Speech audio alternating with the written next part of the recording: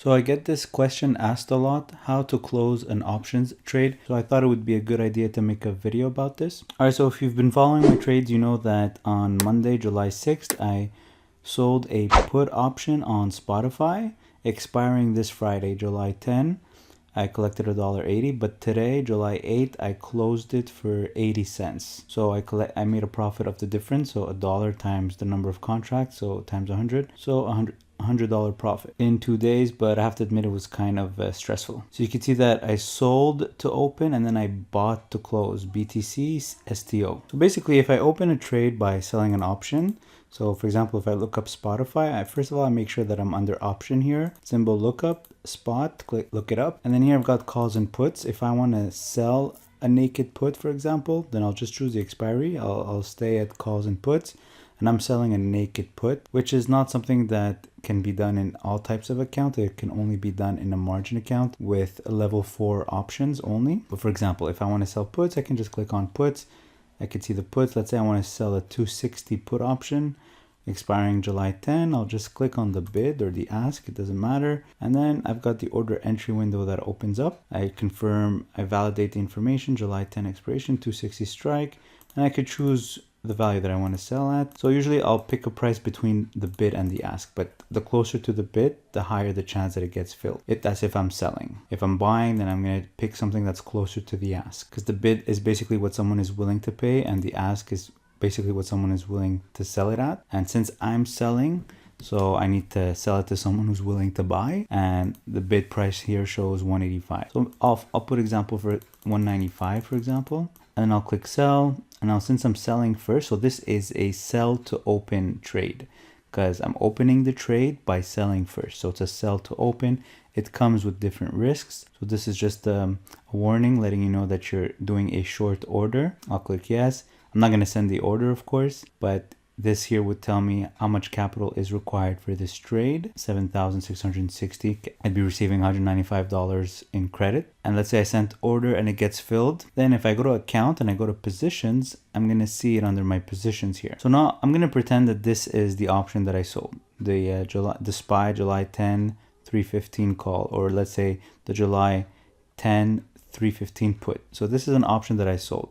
So now it's in my position. So if I want to close it, I have to buy it back because I sold it to open. So I sold to open. If I have to close the trade, then I have to do the opposite. I have to buy to close. If I bought the option in the first place to open the trade, I started off the trade by buying an option, then I bought to open.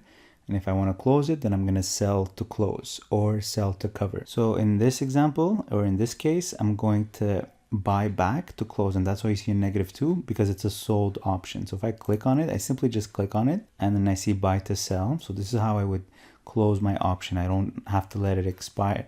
I don't have to wait till expiration. So if I sold the option to begin with, I want to buy it back at a lower price. So if I see that there's an opportunity to buy it back at a lower price, then I could close the option early. If I bought the option in the first place, then I want to sell it at a higher price. So if I see that there is an opportunity to sell it at a higher price, then I would sell the option before expiration. So I simply just click on it. I click buy and sell, and here it shows up the information, gives me, I can validate that it's the July 10, the 315. I've got 2 contracts. I pick the price that I want to, in this case, I'm trying to buy it back. So if I'm buying back, I have to pick a price that's closer to the bid and ask. So I'll click 154 and then I'll click on buy. As you can see here, it gives me NA. So the reason it's giving me NA is because I already have an order in place for this trade. I'm trying to close this options trade and there's already an order. So that's why it's giving me a not applicable. So I'm going to cancel this. All right. So I tried to cancel it, but it's not getting canceled because we're after hours. It's probably queued and it'll get canceled pre-market tomorrow. So we're going to use another example. So I went to my TFSA. I have an option that I sold in my TFSA on the queues here. So let's say this is the option that I want to buy back to close. So I simply click on it, click buy and sell, pick the price. Let's say I click on the ask, but usually I pick something in between the bid and ask, but just for example purposes, I'm just going to click on ask, Then I'm going to click on buy, and then you can see here it says buy to close. So because I sold to open to begin with and I want to close a trade, so it's going to be buy to close right now. And this is how I can confirm that I'm actually closing the option. And I basically just send order if I want to close the trade. So I'm going to click do not send because I don't want to do that. And it would be the same thing if I actually bought the option. So if I bought the option, I'd click on it, same thing, click buy and sell. But this time, since I bought it to begin with, I want to sell it to close. So I'm going to click on something near the bid price.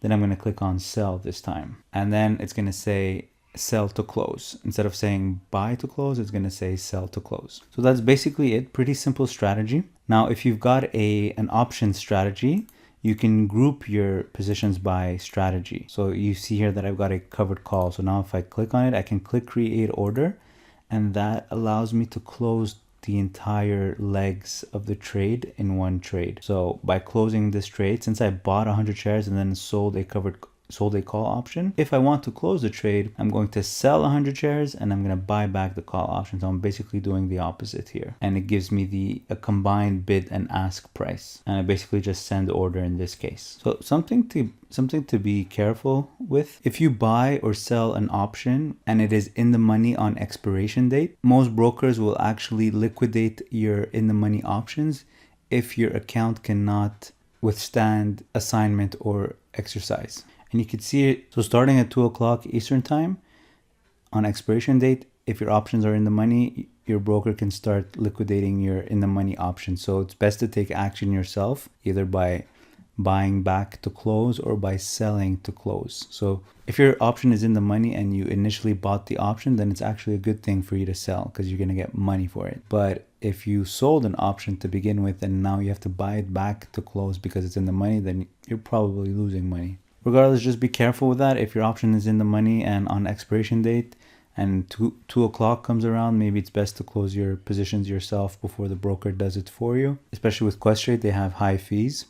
Alright, so if you have any questions, leave in the comment section below. And like always, if you're going to open an account with Questrade to trade on the stock market, use one of my referral codes below. One of them gives you up to $250 back, depending on your deposit, and the other one gives you $50 in free trades regardless of your deposit. If you enjoyed this video, click the like button, share with a friend, and subscribe to the channel. Thanks for watching.